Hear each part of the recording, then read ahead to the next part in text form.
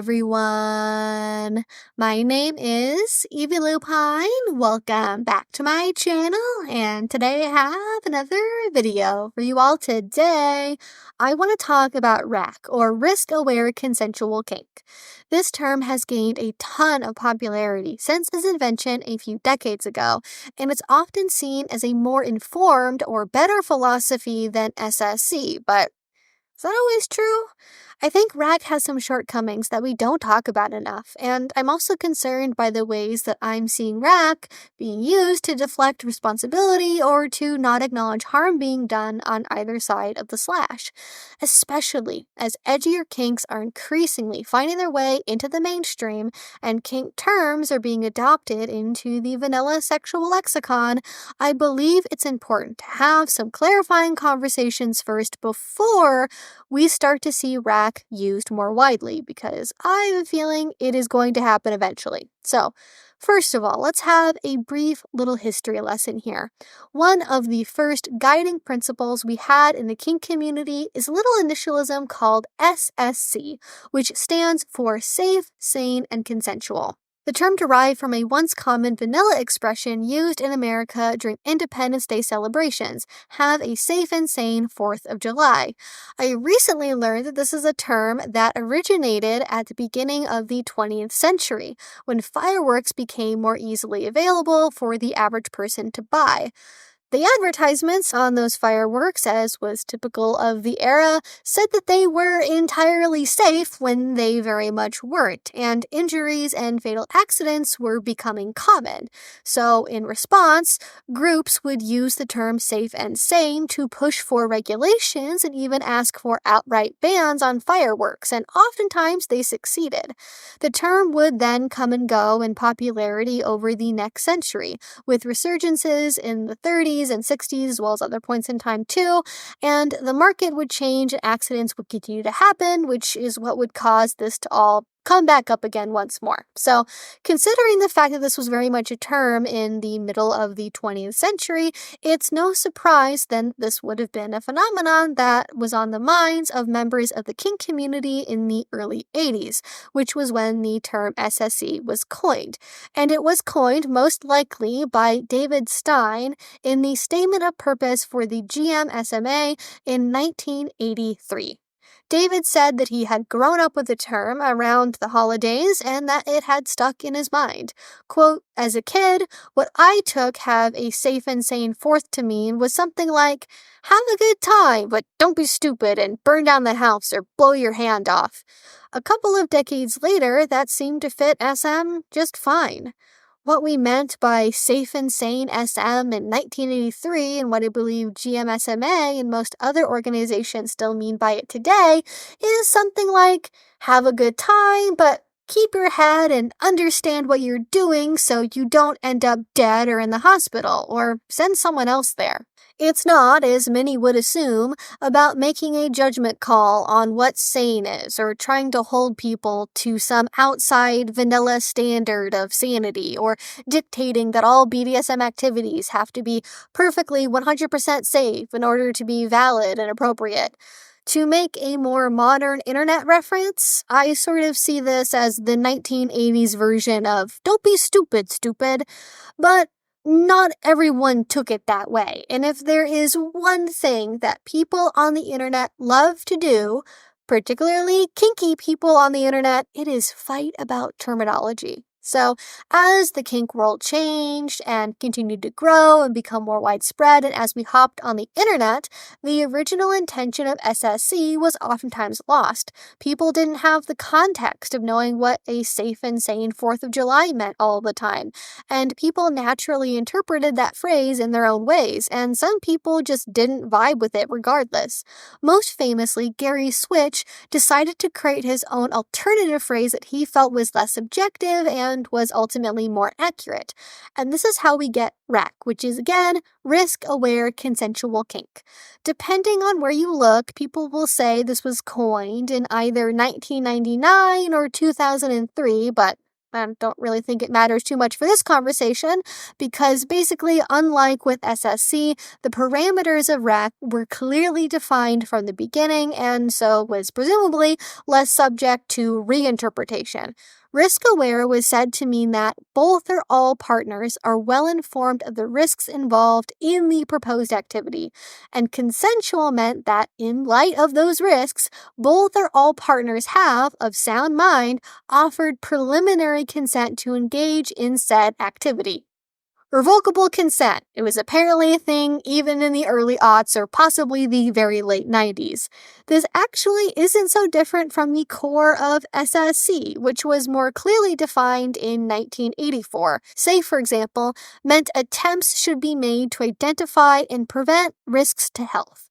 That seems pretty dang close to risk-aware, maybe more than one might assume at the outset, but maybe it is more open to interpretation. The biggest difference to me is that safe implies that total safety can be achieved for most things, not everything, whereas risk-aware implies that there's only safer, but not necessarily truly safe. But while many people would debate the merits of one philosophy over the other, the two have more or less coexisted in the BDSM community ever since.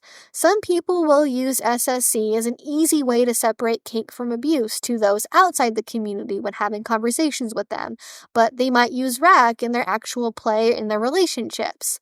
Some people categorize certain activities as being SSC or RACK, like sensation play is an SSC activity, but bondage is a RACK activity. Still others will use them simultaneously, believing they can be used together to form a complete worldview, rather than being competing ideologies like a lot of people see them as. And of course, other people have still attempted to improve on the currently available philosophies. Many are also using the term emphasize personal responsibility for assessing risk rather than making it one partner's job to inform the other, but that is a topic for another video. But now that we understand the history here, I want to jump us forward to the current day because history is really fun, but it's not really what I want to focus on here. So recently, I made a video talking about new research done on the safety of choking and new information we are learning about that. I got a comment on that video which read, in part, "Can choking be said to actually fit into either SSC or RACK if even the most informed people are saying they're not aware of the risk? I know I can't stop adults from doing what they want in their own bedrooms, but that's a question we really should be able to ask ourselves and at least acknowledge when we're stepping onto unknown grounds on." And I swear there was another comment I saw too that said something like, "It's really troubling how some people are saying that they're following RACK but don't actually seem to be informed of the risks for what they're doing, or how people can be misled into believing they're following RACK, but then they can't really do that because not all of the risks are really accurately known." Maybe that was from a live stream chat. I can't find it, but if you're the person who left a comment like that, let me know down below. I swear I remember seeing it. It's kind of driving me nuts not knowing where it is, but that's more or less the vibe of it. So, in any case, we are clearly seeing a problem with the application of risk-aware and how that is affecting people's perception of what doing risk-aware consensual kink means. This is a phenomenon I've noticed online, especially on FetLife, but it also happens in the real-world community as well. This is a completely made-up example, but for example, you might see someone who posts that they did a takedown and capture scene and their partner put handcuffs on them. Because of the nature of the play that they were doing, the bottom ended up struggling so much that they ended up causing a nerve injury in one of the wrists. And they might say, while trying to explain this injury, "Well, we didn't think this could happen, but we're RACK players and not SSC players, so that's just how it goes sometimes." It's almost like some people are using RACK as a way to say edge play, that they're being edge players, when that's not really what RACK is about. I do think that edge play and RACK are associated with each other, but being edgy or not, or being more risky is not what makes rack a play or not. It's about being risk informed. You can be risk informed about aftercare or tickling or spanking. Being extreme or intense is not a criterion, but in my humble opinion, you can't really be informed unless you actually know the set of risks that you are taking on. Rack is not some kind of blanket, crap happens, oh well, moving on kind of philosophy, or at least that's not how I interpret it. It's supposed to be advocating for specific awareness by all players involved to the best of their ability, and in some ways it actually makes it harder to apply rack to certain types of edge play. Going back to the topic of choking, we're now learning that there may be more impacts from even light pressure around the throat than we were previously aware of. We used to mostly focus on the more direct visible risks, like passing out or facial bruising. Yes, people would talk about things like strokes or other injuries that were more intense, but for the most part, people would kind of hand wave it away, like, oh, as long as you're healthy, you're probably fine, or as long as you're young, this probably won't happen to you. I mean, it could, but don't worry about it too much. Worry about it, but, we all know you're going to do it anyway. Like, that was kind of the mood in a lot of conversations about this. And because we didn't really have any hard science on this, it was kind of easy to treat it like it wasn't really a big deal. But especially when something is not always immediately apparent, it can be harder to identify what the source of an issue in the future is. Like, if you end up having a TIA, was that because of all of the choking you've done over the past year or two? Or was that because you have other risk factors or some combination of both? And of course, following RACK doesn't mean you are going to be perfectly 100% informed about all things at all times, because that's basically impossible. But I do believe there should be some kind of, at the very least, conscious attempt to minimize the unknowns whenever possible. Simply throwing your hands up and saying, well, how could we have known this could possibly happen? No one told us about it. That's not sufficient in my view. That's not what being risk aware should be about. And I actually think the most egregious exploitation of RACK comes from tops and dominants, though people on both sides of the slash will do this. When something goes wrong during a scene, it is really painful to deal with. I mean that in both a literal physical way as well as in an emotional and mental way. It can damage your relationship, it can damage your reputation within the scene, and it can also hurt your ability to get access to potential new play partners in the future.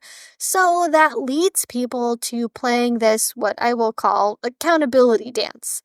Taking accountability, especially in public, is oftentimes considered brave and important within our scene, but it is still mentally difficult to take on complete responsibility for what happened, so people will come up with explanations that can kind of sound like context, but they're also inherently deflective to what really happened. So again, another totally random, not real example. This is not a thing I've actually seen, but just to kind of make up something that sounds like something I've seen before.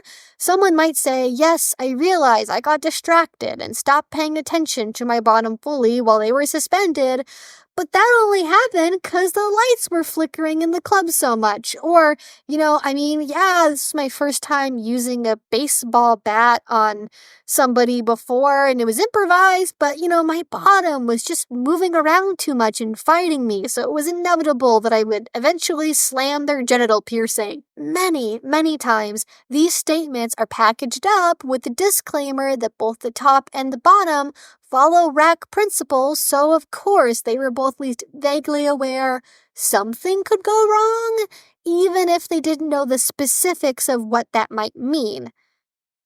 And to me, is it really RACK if you ignore the basic principles of what risk awareness is supposed to teach you, like not leaving your bottom unattended in bondage? Like, what is the point of being risk aware if, without explicitly negotiating otherwise, you kind of subconsciously or intentionally go, screw it, I can get away with not following the best practices I know about because I just feel like it, I guess. And of course, if things are negotiated, that's one thing. You can talk to your partner about taking on more risk or playing with the unknown. But I am talking about here scenarios scenarios where one party involved drops the ball, which then leads to a problem, and then they excuse it by saying, but RACK, it's not meant to be a cure-all. If you are, for example, playing with an improvised toy that you've never used before on yourself or anyone else, and that there's no safety guidelines for because you improvised it, you found it at Dollar Tree, whatever, you can't really be informed of the risks of playing with that toy. You can still get consent to play with that toy, but in my mind, what you're doing if you agree to play like that is you are agreeing to play in a non-risk informed way. That is valid, but to me, inherently outside of the scope of a philosophy that dictates one must be well informed in particular. If you can't be informed at all because you haven't looked up the information or you're just kind of going off of vibes and intuition, that's not what I think RACK is meant to be used for. I think a lot of tops also confuse having general knowledge and experience with being risk-informed specifically. You might know, for example, that handcuffs are uncomfortable and that most people really don't like wearing them for long periods of time. But if you don't realize that handcuffs can cause nerve damage, even if you've played with handcuffs 100 times, you're not really risk-informed, even if you are experienced. So I guess what I'm trying to say here is that it's not clear where the line is between risk-informed or not, and if being risk-informed means you should then by default play within the best practice guidelines of those risks when they are known. And again, negotiations to the contrary aside, what is being risk-informed if you don't ever change your behavior based on what the information tells you? Like, if you think that you want to play with a baseball bat and then you read something that says, oh, here's a risk of playing with the baseball bat, and then you go, oh, well, I don't know if it's going to happen, and then just like you go ahead and do it anyway, is that following the spirit of being risk-informed? Do you know what I mean? And sadly, I have also seen this used as a tool to manipulate new and inexperienced bottoms as well.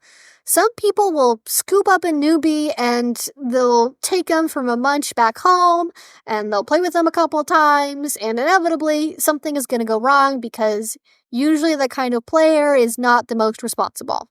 And maybe the new bottom gets a bruise they weren't really expecting, or they're too sore to be able to work at their job the next day. Like, it doesn't have to be anything too extreme, but it can also be to that level. And instead of taking responsibility for failing to inform this brand new bottom who has no other resources, the top says, well, that's just how it goes. I'm an advanced player, so I follow RACK, and that means it's your job to inform yourself of the risks of what could happen if you care that much. But kink is inherently dangerous, so stuff like this is just gonna happen. Don't complain about it. I mean, if you're a real sub, you're not gonna make a big deal about it, because that's just part of what being a submissive is. You're gonna get hurt sometimes, and it's really, really gross, and it does happen. And even for more experienced players, I think people get comfortable sometimes and stop doing the research they should be doing. After a few years or months of doing scenes and nothing ever going wrong, it can lead to a false sense of security that everything is totally under control and that we know everything that could happen. You know, it's not really that risky, because if it was, something bad would have happened by now. Then, as new and more extreme things get introduced because of the bias that's already there, caution can sometimes be thrown to the wind, and not enough information seeking is done. Things might be okay for a while, and that might continue to be the case for even months or years. But that false confidence eventually gets built up enough, and it gets built up more and more until something does go wrong. You know, oh crap, I didn't realize I could actually burn her with fire cupping. I thought as long as I did it this way, it was basically perfectly safe. Nothing wrong has ever happened before. That's a fairly common refrain you'll hear. It's like people are sort of half risk aware, like they're kind of vaguely aware, oh yeah, I mean, something could go wrong, but it's not really going to happen to me because I play safely. Like, I think that's, it's like halfway to the spirit of what RACK is supposed to be about. Like, it's not really fully grappling with the fact that you are playing a game of roulette every single time you do kink. And it's relatively minimal when you're doing things like tickling on a soft carpet, or you're doing a spanking over a couch or something. But when you progress from that, though you don't have to, you can progress into more and more extreme play, you might get the idea that, like, oh, everything is usually basically fine. And I feel like this is actually sort of analogous to the way that a lot of people will drive, where the first little bit they're driving for, they're like super, super cautious. They're like, I'm driving exactly the speed limit and I'm going to follow all the rules and pay a lot of attention. And then eventually, as you gain confidence in your own skills, you start to introduce more distractions, like, oh, you're going to fiddle with your phone, you're going to play with the GPS, and you're going to be scrolling through music options, and you're going to be doing this and that and talking to people in the back of the car, and, daydreaming or whatever. And that can kind of be okay for a while, and then maybe you start to also speed, and then suddenly you're not really actually following the risk-aware principles that you were originally supposed to be following. And because everything's been fine up until this point, you kind of just don't really think about it until you get into an accident, and then suddenly you're like, oh, I really should have paid attention. But there seems to be, I think, in the kink community, this real aversion to taking full accountability for what happens when things do go wrong. And I'm not really sure why that is, to be honest with you, because I think it can affect relationships and access to the community and other future partners. But I think for the most part, people are like very receptive to people saying, hey, I messed up, here's what happened. And I've also seen people like outright say, I did this thing, I knew it was risky, I didn't maybe fully internalize how risky it was, the bad thing happened, I'm gonna resolve to do something different in the future. And then like 6 months later, they're posting themselves doing the same dang thing all over again because they decided, well, actually, I thought if I just did the same thing I was doing better, I didn't really have to change anything else. And it's like, I don't really know if I don't know if we're on like the same page about that, actually. I don't know if have we fully internalized the risk there, you know what I mean? And I'm not trying to be a gatekeeper of what it means to like be a rack player or how to use it effectively, but I am genuinely curious because even when we try to front load these initialisms with like very clear intentions, they are ultimately going to be subject to our interpretation of like, okay, what is the line for being sufficiently risk aware? What do we do when we have play that we're doing that we cannot ever know the full risks for? And does that fall under RACK or not if we can't know what the risks are at all, regardless of how much we maybe look for it online or go to classes? And also, what do you do when you're not fully following RACK principles? Like, is it okay to just like do a lot of research at the front and then like never update it ever again? Like, oh, I researched how to do bondage like 10 years ago. And like, meanwhile, there's been tons of safety conversations about things that are totally missing. But like, well, you tried to be informed. So like, gold star for effort. And I think obviously a lot of this is ultimately going to be individual and up to people as individuals to decide, hey, RACK for me means this, and this is my standard for RACK. But I think it is concerning regardless in the community. There hasn't really been a lot of conversation about like, hey, and maybe it's because it's hard to like confront people, hey, I kind of noticed this trend in like apologies and accountability and like sharing stories about accidents that people are kind of saying, well, but that's RACK, that's how it goes. We didn't really know the rope could spontaneously break, but it happened to us, so we were shocked. Like, I feel like if you're shocked by an event, that kind of indicates to me that maybe you weren't acting in a fully risk-aware way, and I think a lot of tops do not do much to absolve this issue or that perspective from their bottoms because that's how they play it off, right? Like, oh no, it's fine because it was a surprise, so therefore I didn't like violate my values. I'm like, I don't know how to think about that. But this is kind of like a combo scripted and rambly video because I'm definitely not fully set on this. I don't really think the solution is like make yet another acronym or initialism. I think as I get deeper and deeper into my kink journey, I realize how vast the nuances are and how it's so difficult to encapsulate ideas in very short little snippets. Like, you gotta really deep dive into it to fully get what's happening there. And I think instead of maybe trying to be short and quippy, we should facilitate having like deeper conversations about developing a risk profile, communicating what that is, understanding the individuality of risk, and that the information we could possibly know about a topic is going to be infinite because we're playing with people and people are all unique. So being risk aware with partner A is not going to be the same as with partner B. Like, if partner A has like EDS and the other partner has diabetes or they need an inhaler, like, you're going to need to know different things about the people as well in order to be fully risk aware. So maybe we should have, if you want to invent something, maybe it should be about, understanding individuals, or like something that's more like holistic. And I think maybe this is kind of an outgrowth of the way that we tend to think about things in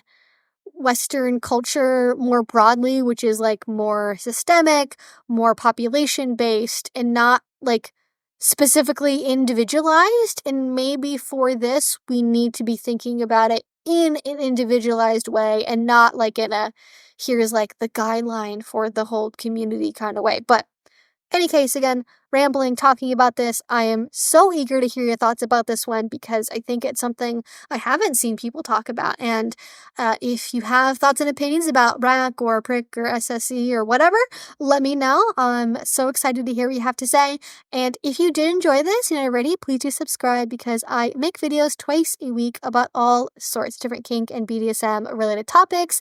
And finally, if you want to support what I do, the best way you can do that is with Patreon. Link to that will be down below. If you do already support me there, thank you so much. It means the absolute world to me. And until I see you all next time, I hope you have a great rest of your day and a great rest of your week. Bye-bye.